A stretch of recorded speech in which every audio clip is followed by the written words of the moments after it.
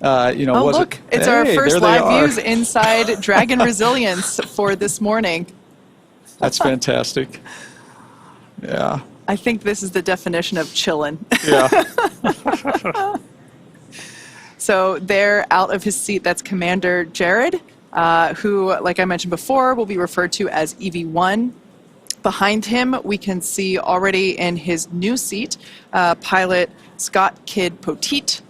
He will be Support 1. And then moving around in front of us is Sarah, who will be EV2. And then just out of view underneath the camera, but I think you can see her visor, is Anna Menon, who is Support 2.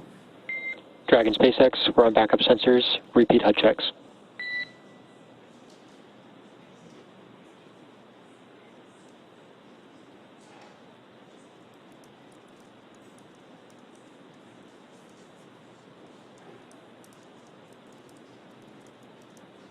The crew's going to check out those heads-up displays one more time real quick. SpaceX, HUD checkouts on backup sensors are nominal. Copy, good HUDs. Returning to primary. Stand by for helmet camera checkouts.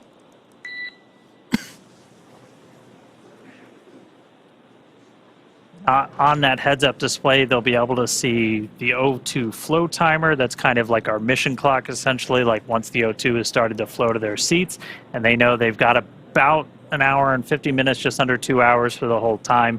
They'll be able to see their suit pressure, temperature. Basically, it's a way to kind of keep an eye on things.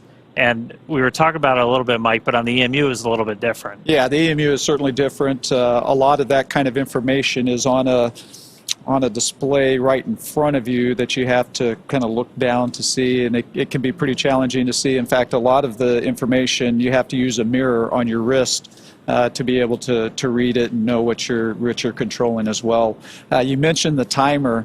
Of course, we don't have that kind of information on ours, and I'm not sure I'd want to know that because I'd feel the pressure of, hey, I got to get a lot of things done and I'm running out of time. Yeah. All right. So they're going through these HUD checkouts again pretty soon. Dragon SpaceX powering on helmet cams. We're going to get the helmet cams powered on. Again, give you that kind of look right over their shoulders. Yeah, pretty excited for these. We've seen them utilized during the training sessions that the crew has undergone, and we're so excited to see them live today. Yeah, I tell you, the helmet cameras, I mean, it's going to be fantastic views, right, that we're all going to love. But there's also a very important role for those cameras as well. Like when we have the same thing, we have helmet cameras with the EMUs, and what it allows is your ground team. Dragon SpaceX, suit cameras powered, confirm good health.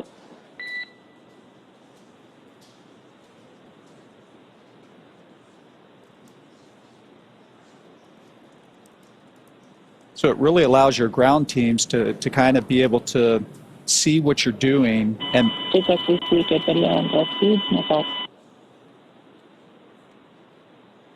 and almost double check your work. Copy, checkouts complete. HUDs will remain powered. Proceed to step 3.3, operations review through 3.8, report when complete.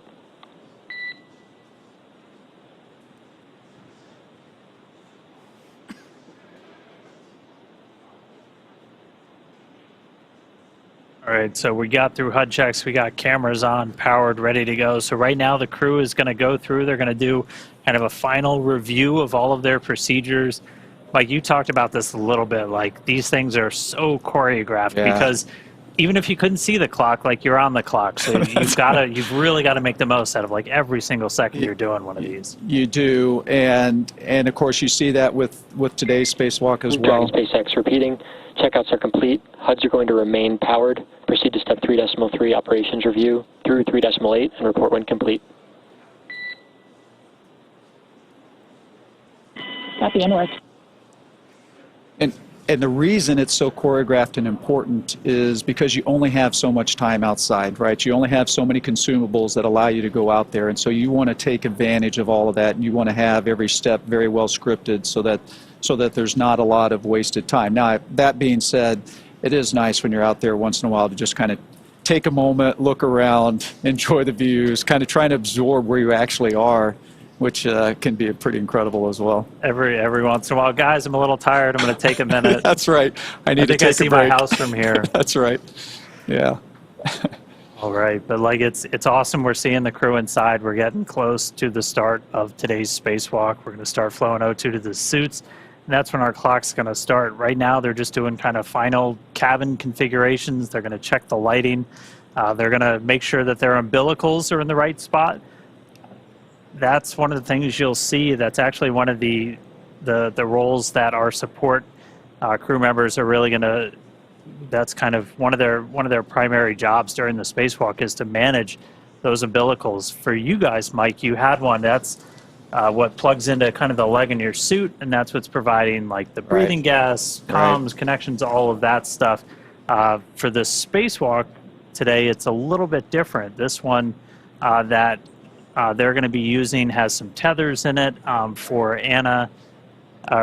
Sarah and Jared. It's about 12 feet long, so it's like about double the length of what you guys have. So it's dual purpose, right? It's providing them the air and the cooling that they need while they're out on the spacewalk, but it's also providing that safety piece, right? So that if something should happen, they should slip or that they're not going to go floating off into space. With the EMU that we use on the space station, we actually, all of those consumables are a part of the suit itself, and we have a separate safety tether that the first thing we do when we open that hatch and we go out is we hook up that safety tether, and it's an 85-foot reel that as you're moving around, it goes out with you to, again, protect for that crazy moment when maybe an emergency happens and you come off station.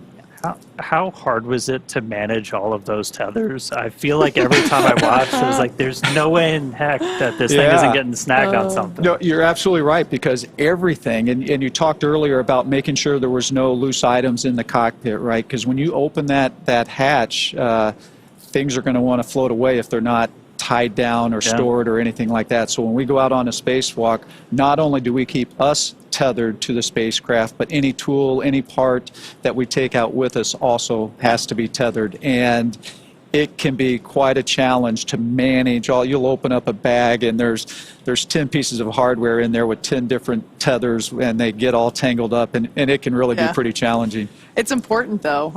We simplified that a little bit for this mission. We actually basically built in that tether into the umbilical, one of which you can see actually there floating under Jared's right arm. So not only does that provide airflow and comms and all the normal connections that we have in the umbilicals, but we also added that strength to provide that protection. Yeah, and the managing of that tether is extremely important, because as they go out, if it can get tangled up, and you actually see Sarah there kind of moving around, right? It's very easy in this environment where you're floating. SpaceX Dragon EVA off review complete. We are in position for EVA start. Nice. Excellent news. Copies, crew in position. But you saw Sarah kind of move the tether out of the way, and the part of that is that's actually impacting Jared. SpaceX, you are go to command box to push to talk, all seats.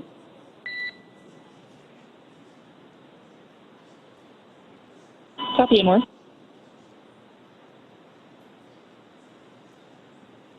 And so this'll be one of the unique things about the spacewalk today. It'll feel familiar if you watch some of Mike's spacewalks. The crew is going to go over to what's called Vox. Push to talk is set. Go for com check. EV1, com check. EV2, com check. Support 1, com check. Support 2, com check. SpaceX copies all, good comms, all 4 crew. SpaceX copies all, good comms, all 4 crew. So essentially now all of our crew are on open mics. They can all talk and hear each other, and they can talk to the ground. And so you're going to hear a lot more chatter start to pick up. Once we start the suit pressurization, you're going to hear almost like a sound. That's just the air starting to flow into their suits. How loud does it get inside your suit? It actually is quite loud. That airflow is just constantly, which is a good thing, right? Because not only is it providing you the oxygen, but it's also helping get rid of that CO2 that you're breathing out. So you want that airflow to be constantly going, and so you always are hearing that fan that's making that happen, and so that is certainly pretty important. And the Vox thing, I got to say, it's nice that you don't have to push a button when you're outside there to talk. Dragon SpaceX, we're about 90 seconds from EVA initiation. Got some fist bumps going on. Yeah. And we just heard we're about 90 seconds from EVA initiation, so we should see them get the go to close their visors, and then they're going to open up one of the O2 valves on their suits to start the suit purge, and that's going to be the official start of our spacewalk today. So we'll get through the final goes, and then we'll see those visors get closed, oxygen start flowing, and we'll be off.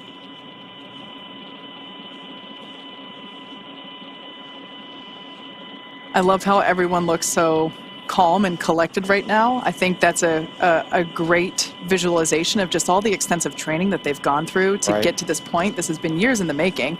I'm sure they're excited, but everyone's focused. It is an interesting time right now, right? Because one of the hardest parts I always found about Dragon SpaceX. SpaceX is go for spacewalk operations. Report visors down, ready for secondary O2 flow initiation, and crew is go for spacewalk. Verify your visors are closed.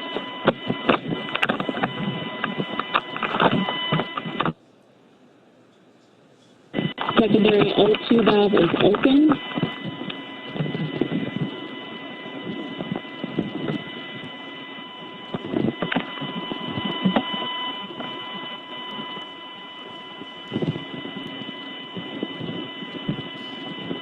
And that you are go for the EVA.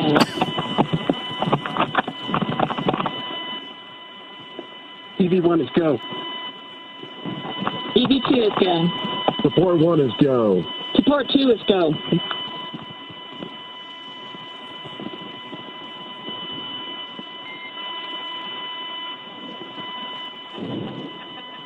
Dragon SpaceX initiating secondary O2.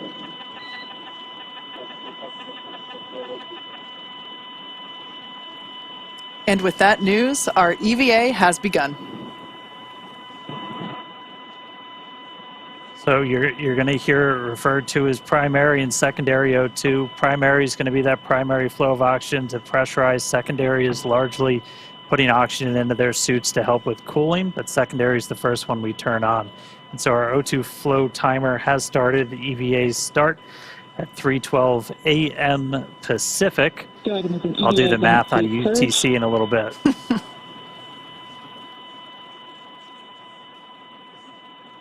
So this first operation, or this first step in the operation, is a suit purge. So inside their suit, obviously when the visor is still open, it's still a nitrox environment. It's the same as the cabin.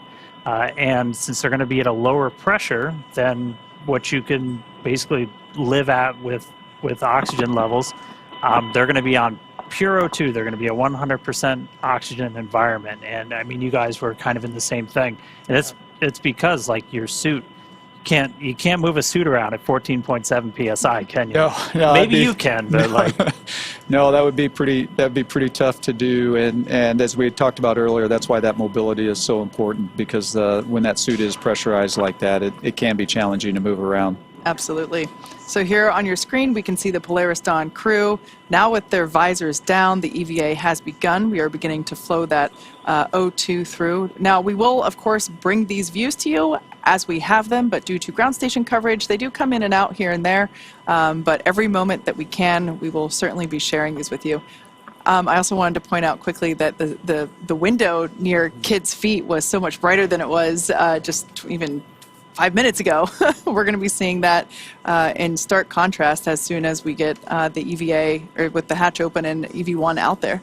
Yeah, it's kind of interesting you mentioned that, because as you're going around the Earth as fast as you are, right, in 30 minutes or 45 minutes or so, you can be passing in and out of that sun and going into shadow. And so that brings its challenges as well, because the temperature can change pretty drastically just in those transitions from night to daylight.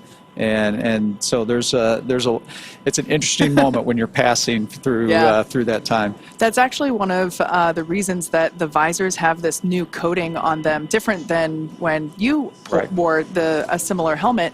That coating actually helps to insulate the individual inside the suit. So when they're looking at the sun. Dragon SpaceX, a reminder, after the initiation of primary O2 flow, EV1, EV2 will need to adjust VOX threshold low following primary O2 flow initiation. EV1 copies. EV2 copies.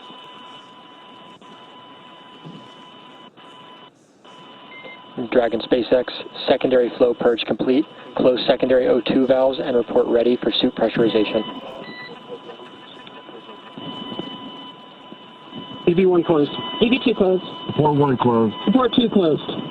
SpaceX Dragon is ready for suit pressurization. Initiating primary O2.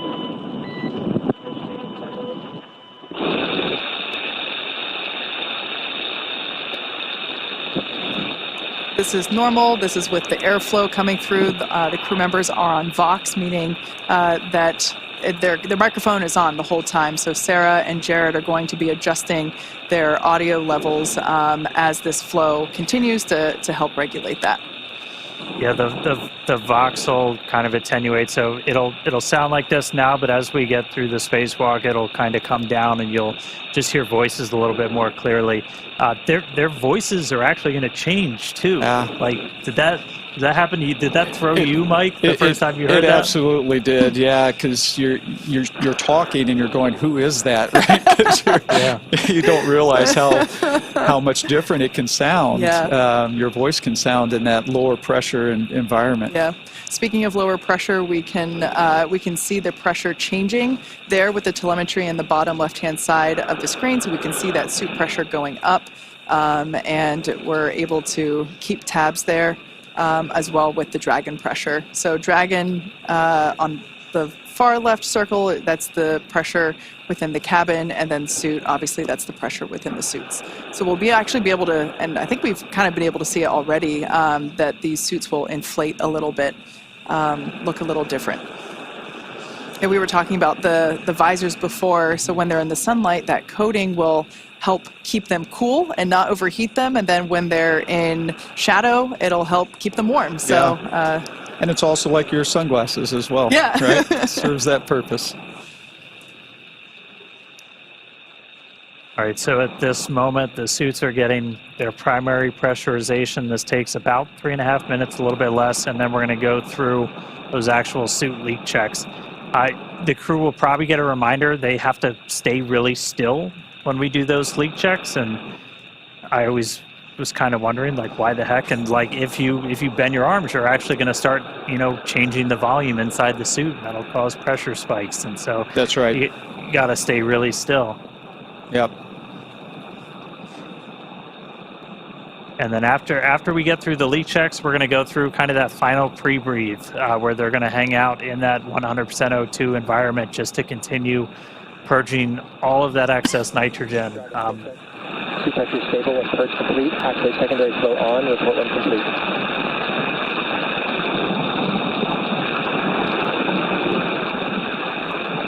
EV1 open. Report 1 open. Report 2 open.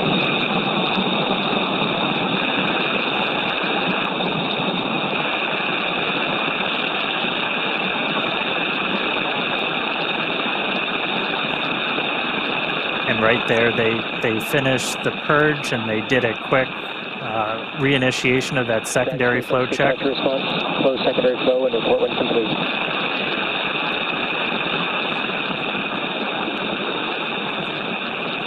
EV1 closed.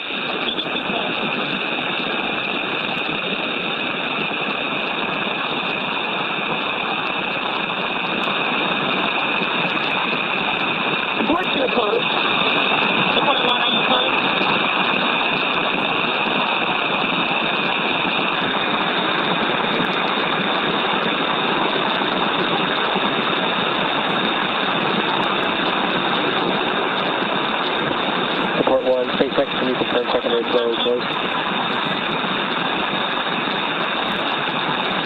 handles that we see Jared holding on to, these were one of the additions or customizations for this mission that we talked about earlier.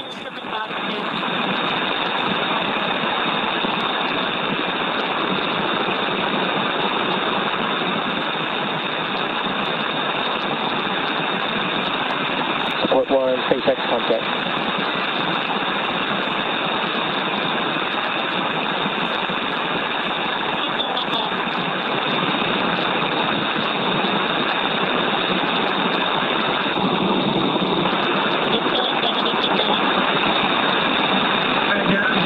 We got you.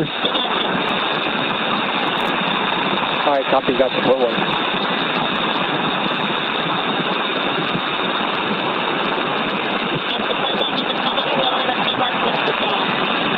Copy.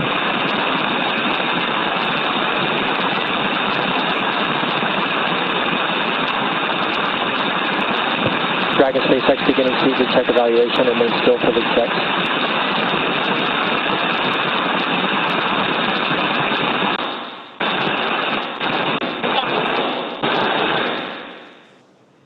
So once again, that background noise is expected. That is the microphones and the flow of air within the suits. So we're trying to stay quiet to, along with you, listen in on what the crew comms are as they go through.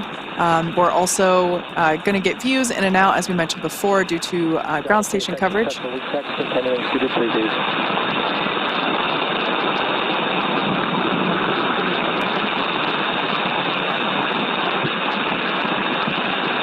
And it is a little bit tough to hear. We just heard, though, that we got 4 good leak checks on their suits, and now they're going to be in this final suited pre-breathe. And so again, this is going to last about 19 or so minutes, and this is just to do kind of that final, get all of the excess nitrogen out. And we started pre-breathe just two hours after they got on orbit, just by gradually lowering the pressure. And I mean, pre-breathe, that's something that kind of evolved over time with the space station. Where were you when you were doing your spacewalks? Yeah, so we were past the kind of the camp out phase of pre-breathe. That's how we used to do it. And it's very similar to what the Polaris Dawn crew has been doing over the last couple of days. We'd actually have astronauts stay inside the crew lock overnight at a lower pressure, just like they did when they first got on orbit. Now we've moved on to, we do it the day of. It still is a long day. We start about 6 hours prior to going out the door, but it's not 2 days prior. It's worth noting along the lines of training and how the crew prepared for this mission that all 4 of our Polaris Dawn crew members and some additional Polaris and SpaceX crew members actually went into a vacuum chamber and tested these suits out and spent a bit of time at lower pressure just to help learn what that feels like and get used to it.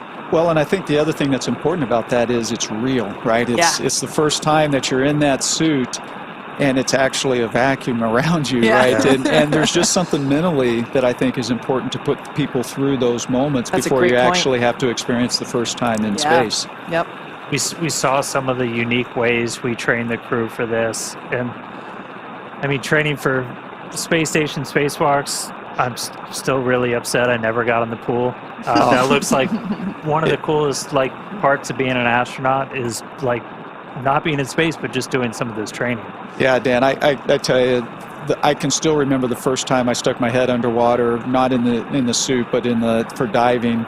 But you can hear the comms of everything that's going on through the water like that, and it just gives me goosebumps to think about that. It was a really neat environment, but it looks like these guys had a pretty neat way to train as well with the harness that would hoist them up and out and all of that. That's pretty impressive. Yeah, we definitely created some rigorous new training for the best we could simulate an EVA while still on Earth with hoists and it was a lot of fun to watch them train. Back on board with cameras in 3 minutes. So our core just called up. We'll get we'll get views back on board in about 3 minutes. As Kate talked about earlier, we're using ground stations for our video coverage. All of our communication with the astronauts are through Egress, so tracking and data relay satellites. So we'll have constant audio, but that video, we need those ground stations. But right now they're in that pre-breathe, that final pre-breathe still. We started our spacewalk about 13 minutes ago. We initiated O2 flow to the suits. That time was 3:12 a.m. Pacific, 10:12 UTC. I did some quick math. Took me 13 minutes to do it, but I did it.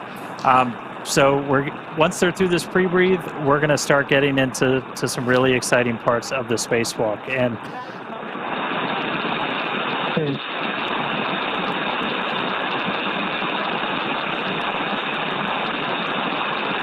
then after we get through the pre-breathe, we're going to get to cabin vents. So, what's going through your head when you're like, man, it's happening. The air's going out. It's really happening. It's happening.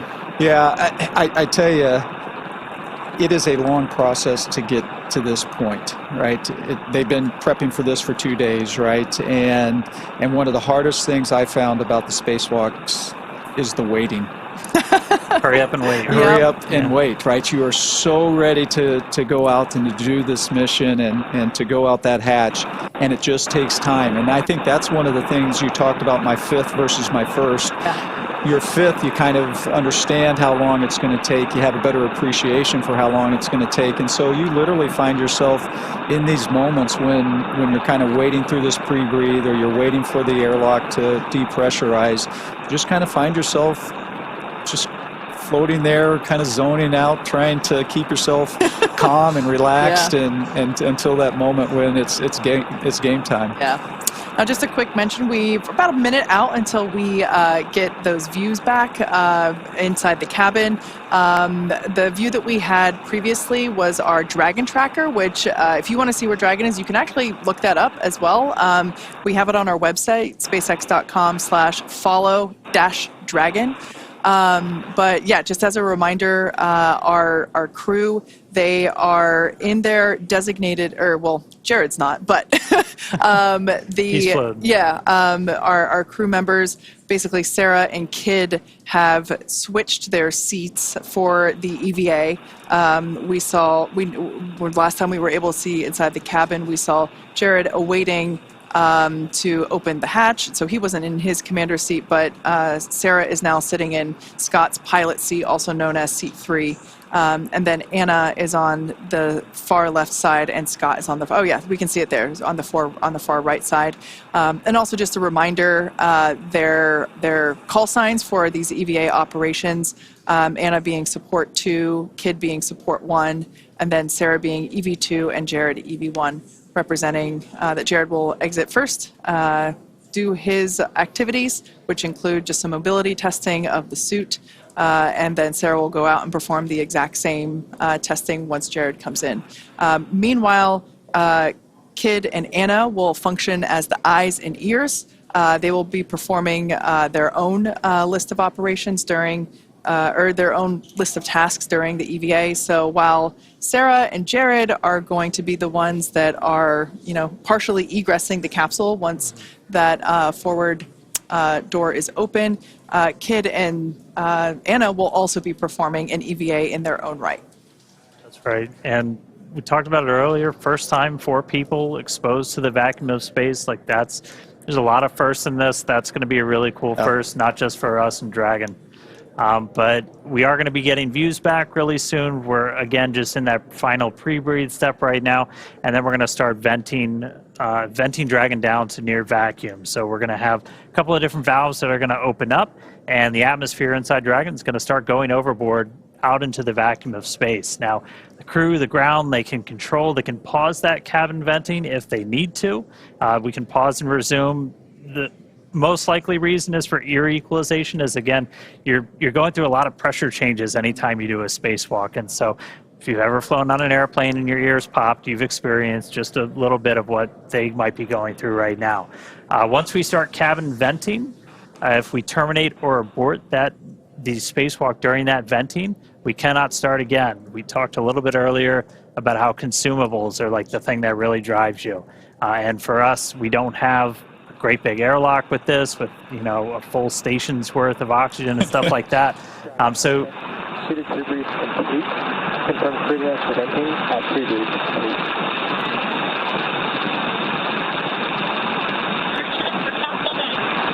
EV1's go. Forward go. Departure down. Copy, initiating cabin venting. There we go. That is great news. Exciting. So that breathing of increase, that pre-breathe where they were breathing increased oxygen, we just heard that they're good. They all 4 crew members gave the go. So now we're gonna vent the cabin.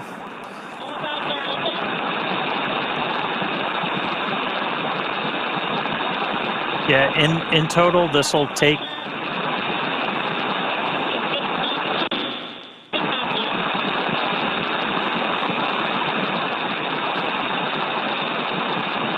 In total, this will take about 8 minutes, and you can, the graphics you see on your screen, that's live telemetry, everybody. So you can see the pressure inside Dragon starting to tick down.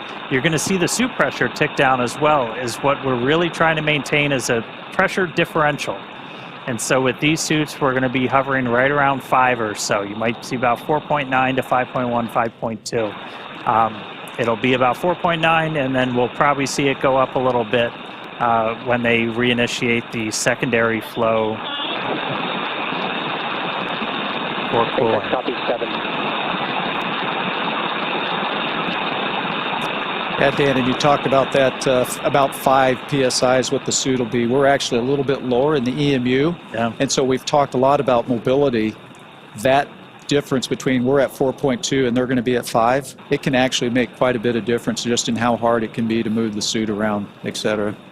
Yeah, this crew got to, and that's something we can simulate, in a vacuum chamber or even just in 14.7. You can simulate that differential pressure. Getting calls from the crew. They're monitoring along. EV1's good.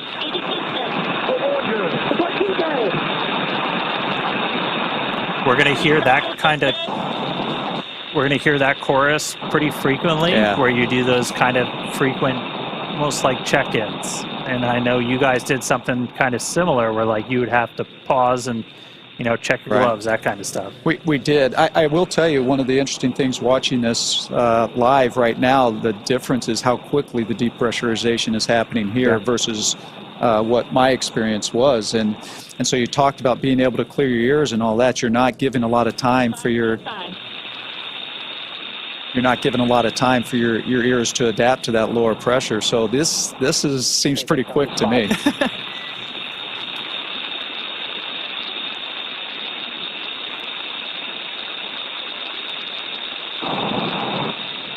Yeah, breaking new ground with this, new suits, new operations for everything. We're at about 4.5. We're going to see that tick down. It's going to get down to just under 1, and it's not going to go all the way down. And then what we'll actually see is we've got a capability to open the hatch automatically. We've got a motor in it, but Jared's actually going to unlatch it, and he's going to give it a little tug to kind of break the seal, any of the kind of the stiction in the hatch itself, and that's going to kind of take the capsule down to its final vent before Sarah, who's at the displays, she's going to command the hatch to actually open. Yeah, that's a good point. And there will be slightly more pressure inside the capsule, so really just helping. 4 PSI, seat pressures look good. SpaceX copies 4. So Jared really can't open the hatch all in one fluid motion, so we will see him release that pressure slightly before being able to open it completely. And I think one of the important things, you guys, I think I talked earlier about you put some more restraint devices inside the capsule from when I flew on it, and that's extremely important because there's going to be some force that Jared's going to have to be pulling down on, and he needs to be able to anchor his feet somehow. Otherwise, he's going to pull and it's not going to go anywhere. And so the new restraint devices in there, we're going to see how important that's going to become here when he tries to open that hatch. Yeah. Yeah, that's one of the things that's why we have Skywalker out there. We've talked about how kind of similar to Gemini when they were first kind of stressing their legs, but important to remember, we've got that 50 or 60 years of spaceflight history that we're able to draw on. These are new suits. This is a new operation. This is to, you know, work out all the kinks and really test this for the first time. But we're going into this with a whole lot more information than they had back then. We know you need handrails, or it's going to get real hard real quick. That's right. That's right. Yep. We did also hear Dragon's moving into its EVA orientation. Essentially, we're going to point the trunk at the sun under 3 psi. I think it's also interesting. You notice that the depressurization has slowed down a little bit, right? So as we get to this lower pressure, it's just taking it longer for that remaining little bit of air to go out through the vents. And TV1, time check. TV1, loud and clear. Loud and clear as well. And also hear the Vox starting to adjust its levels. Yeah. That flow of oxygen has not stopped, but the microphone's kind of adjusted and it's getting a little bit clearer. And yeah, keep an ear out. You might hear their voices start to like tenor down a little bit.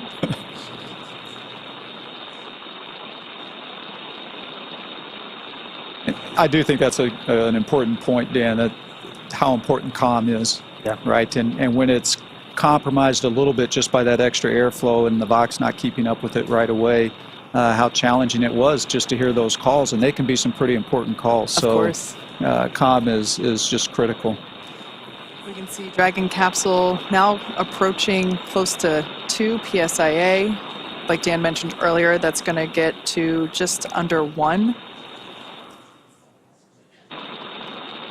It's incredible to think that, you know, the Dragon capsule in all of its power and glory and awesomeness, the new capsule is around their bodies, right? Yeah. That is what is going to protect them from the vacuum of space. And, you know, just seeing how, even though it's puffed up and we know that it's, you know, holding that pressure, it still looks so cool, for lack of a better word. 81's good. 82's good. Oh, we're good. Supply 2 dead. Yeah, you really have 4 mini spaceships in there. Pressure approaching 2 psi. I guess that means we have 4 aliens in there too. Yeah, that's right. Dragon SpaceX, less than 1 psi from hatch operating pressure. We have a TDRS handover in 2 minutes. We are going to wait until after the TDRS handover to command into hatch open prep. TV1 copy.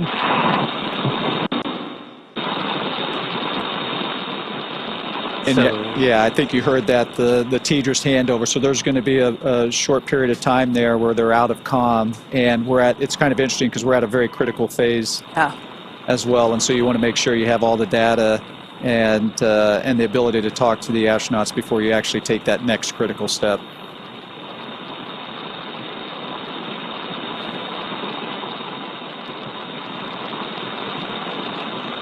We'll see it. We're seeing that pressure continue to tick down. Dragon originally designed to be able to still operate in a vacuum. That was some of the emergency situations I know you trained for, Mike. We did make some modifications to this one to essentially turn Dragon into a functional airlock. We added some additional vent paths. We do use like some of the same ones that you guys use to like pressurize the vestibule and stuff like that. That are actually in the hatch, but we've got an extra one in there to be able to essentially do that depress as quickly as we did.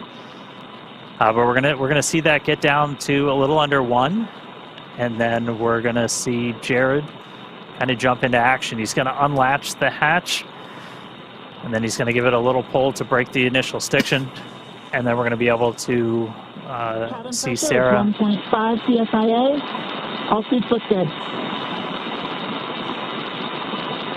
TV1 copy. That's one thing to note, that while we have been progressing through this pretty quickly, we did have the capability to pause if any of the 4 crew members needed to, take a moment to, let their ears come to equilibrium or just kind of get comfortable again. We did have that option, but everything has been going really well so far. We haven't had to pause cabin venting. And if you're just tuning in, heck of a time to do it. We're about Good timing. a little under 28 minutes into the spacewalk today, which again, that started when we started flowing O2 to the suits of these crew members. That was at 3:12 Pacific, 10:12 UTC. We just heard that Dragon's now in its EVA attitude. Handover complete.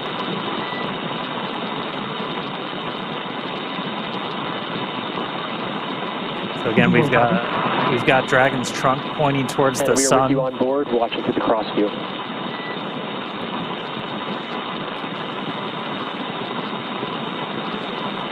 That was SpaceX core Arthur Burialt, just letting the crew know that where the cameras are on inside and basically which camera is looking at them. It's so fun to hear Arthur's voice because he was actually a part of our mission as well. In fact, Arthur was an intern. Started out as an intern when we were first starting the training, and so now to see him as a core and is pretty neat. Very similar to Sarah, who also started as an intern. Yes, yep. Yeah.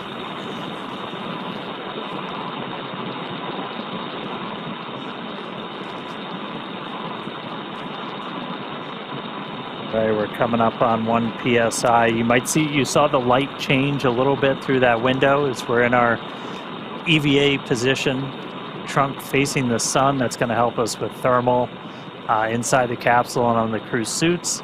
Also going to make sure we're maintaining that optimal pointing for communications with the Egress satellites. Once the hatch is open, we're going to disable any of the Draco thrusters that point forward, because you don't want thrusters firing off when a crew member's outside.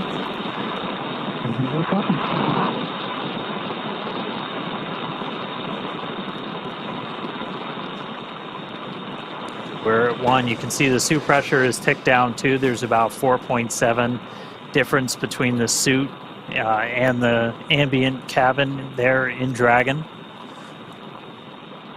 That umbilical that you see there just to the side of Jared, that will continue to flow the air into his suit as well as provide telemetry and communications connection. That's also where we have the safety harness built in as well, so it's able to... Dragon SpaceX, cabin pressure below hatch operating limit. Stand by for transition to hatch open prep. Here we go.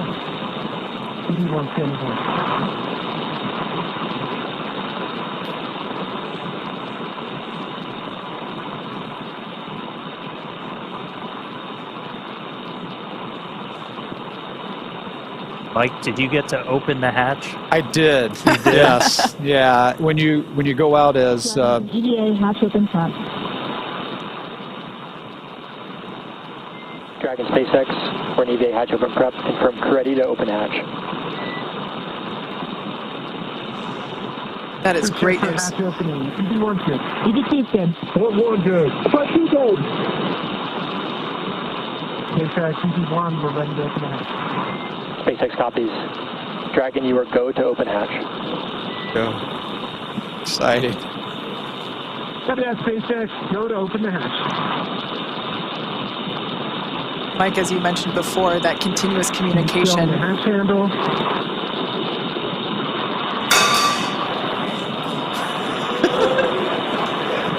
As you can hear, we do have a crowd gathering outside of Mission Control here in Hawthorne. In their excitement, somebody dropped a cup.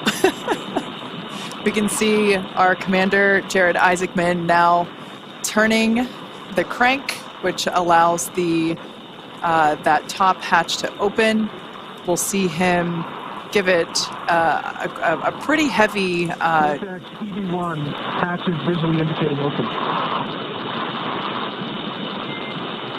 SpaceX copies. Stand by.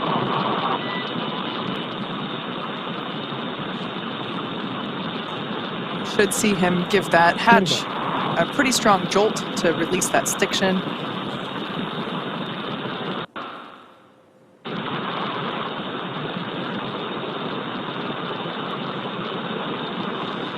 Hatch is now unlatched.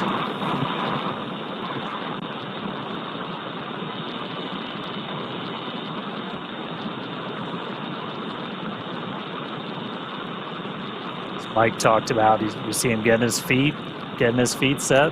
That's right.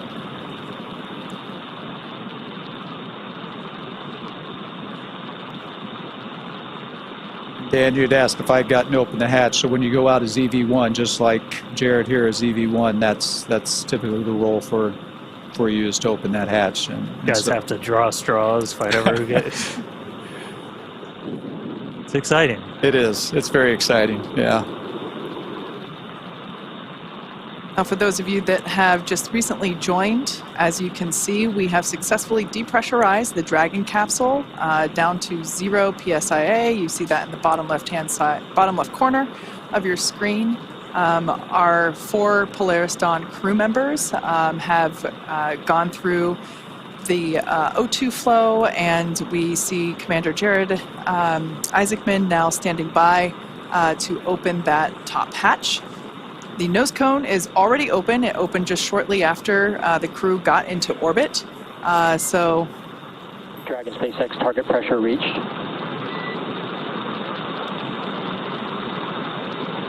Copy that, SpaceX. I'm unseating the hatch now. Jared now opening Dragon Resilience into space. So we saw some motion on the hatch. Again, he's just giving it kind of that initial tug. And then Sarah gets to push the button to swing that hatch open.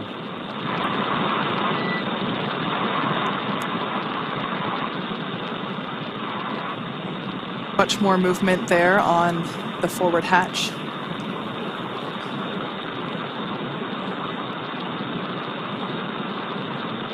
Must be pretty exciting for Jared because that center part of Dragon SpaceX, that's a good brace. We're going to have you repeat the operation. Center of the hatch actually has a window. SpaceX, the hatch is unseated. Copy. Let's give it another pull. The hatch is several inches ready to turn open green light. Copy. We see it.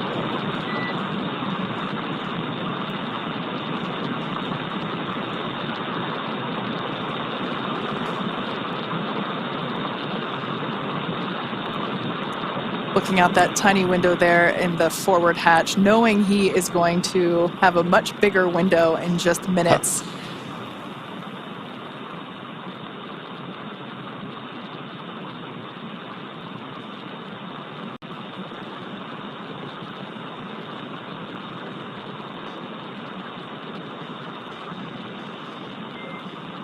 Dragon SpaceX vent complete. EV1 return to seat. And EV1 copies, transitioning back under the display.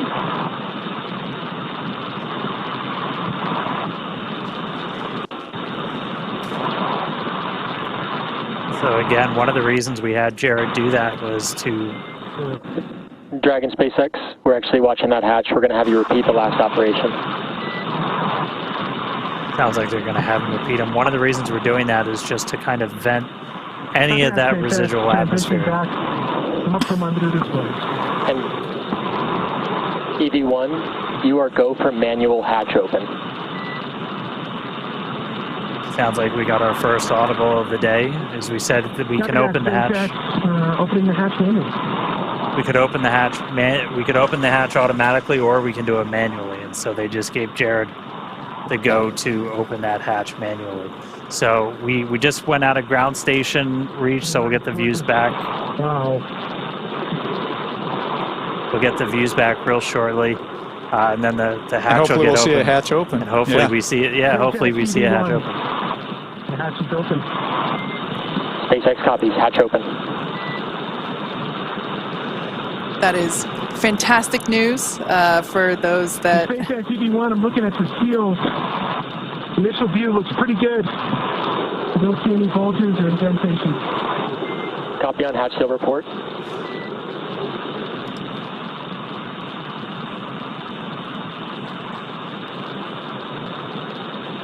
Yeah, that seal that you just heard him talking about, it's such a important part for the end of the EVA, right? So that when they close that hatch again, you get a good...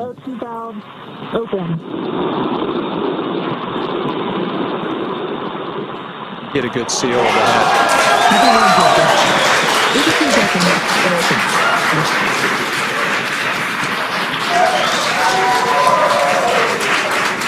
EV2 SpaceX, can you command open forward hatch? This is going to stall it open. There is our first view of the forward hatch, wide open to space. Forward hatch.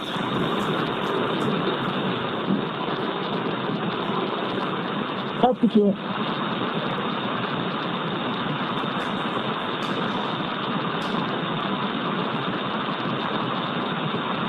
If you just jumped in, we are 38 minutes into today's spacewalk, and the hatch is open on Dragon. First view from a helmet cam, looking out. Dragon SpaceX, we see it stalled. EV1 is go to continue. That structure you see there is... Check for egress. EV1 good. SpaceX EV1, I'm transitioning back from under the displays. SpaceX copies, we're with you in your helmet cam. Once again, this helmet cam, that structure we see is the spacewalker. This is Jared now egressing through the forward hatch of Dragon Resilience.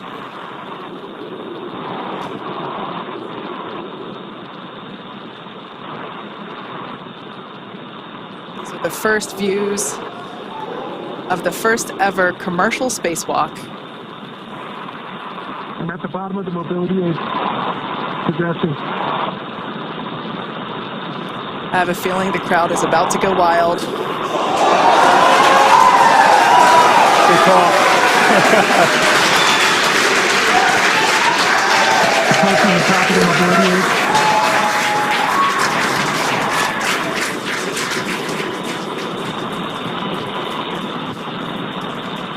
SpaceX.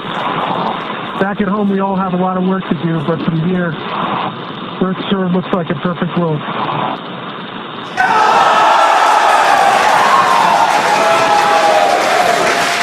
Alright, SpaceX, EV1, I'm going to step into test matrix 1. Single-handed mobility demonstration. Commander Jared Isaacman now emerging Copy, from... we're with you in test matrix 1, watching from the nose cone.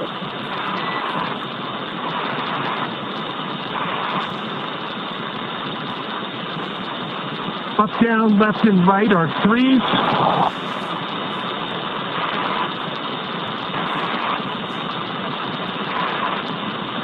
Pitch and roll are 3. Yaw is a 2. Switching. Single-handed operations are fine. Static and with dynamic disturbance. Switching to left hand.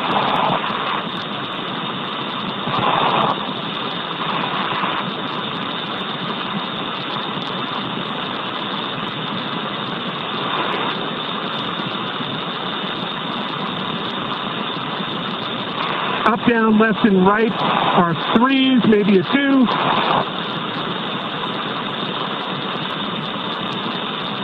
Pitch is a 4. Roll is a 2. Yaw is a 2. So these are the suit mobility checks that Jared is Single-handed performing. operations, dynamic and with disturbance are all adequate. Test matrix 1 complete. HUD check, 5.3 psi, 48% RH, 33.9 Celsius. SpaceX copies test matrix 1 and HUD readout.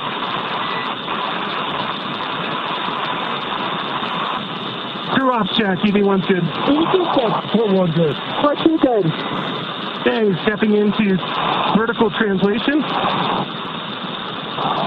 We're going to start with the horizontal bars.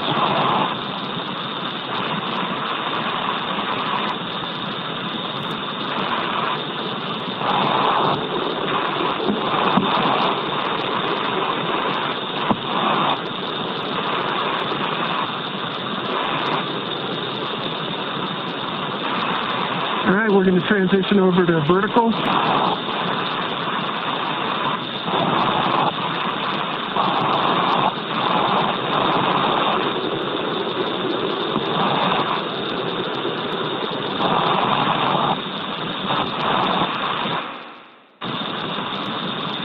would say vertical and horizontal are equally workable, slightly favors horizontal. I'm going to do a max reach. Left hand's at the top of the mobility aid. At the midpoint. You have good video?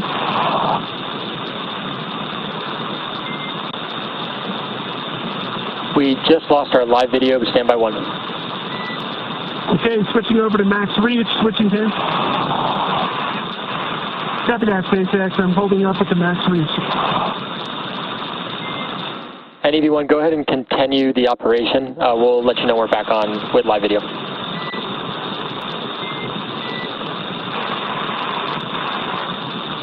Copy that. And for your awareness, max reach, levy aid, and the mid bar. Next test matrix 2 is complete. HUD readout, 5.3 psi, 33.9 Celsius, 50% RH. Copy, test matrix complete and HUD readout. Crew off check, EV1's good. EV2's good. We're good. Part2's good. Stepping into test matrix 3, hands-free demonstration. EV1 SpaceX for ingress time. Go, SpaceX. Recommended ingress time of O2 flow plus 47 minutes. Copy that. Ingress time, 47 minutes. And Dragon, we're back on live video from the nose cone. Copy that, SpaceX.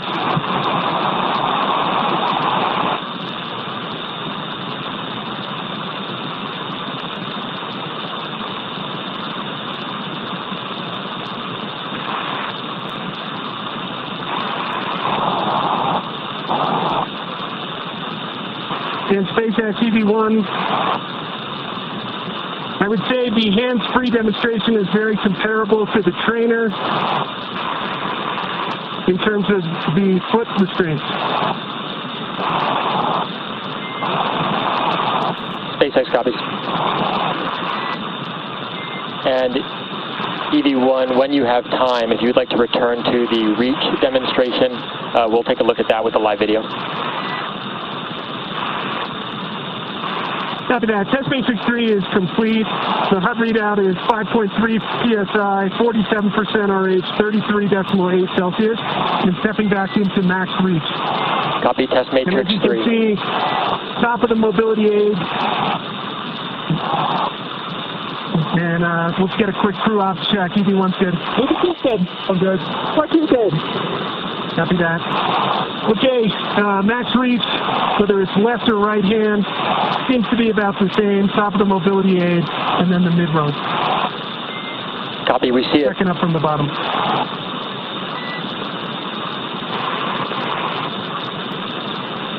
Any go back, SpaceX? Negative. We got about 1 minute until EV1 ingress. Copy that, 1 minute.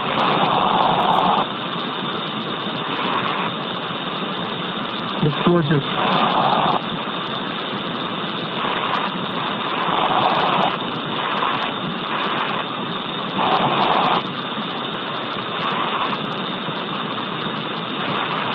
You want to see the guys to get the umbilical and then his right foot. EV1, we're checking out your helmet cam now.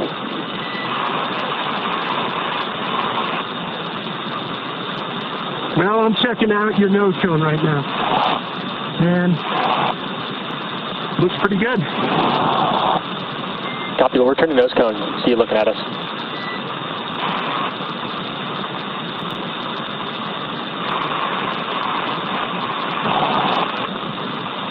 All right, we're coming up about that O2 flow timer time. Crew check for ingress. EV1's good. EV2's good. Part2's good. All right. SpaceX EV1. Congrats for the huge team effort that it took to get us to this point. We know it's just the start. And I'm transitioning back into the vehicle.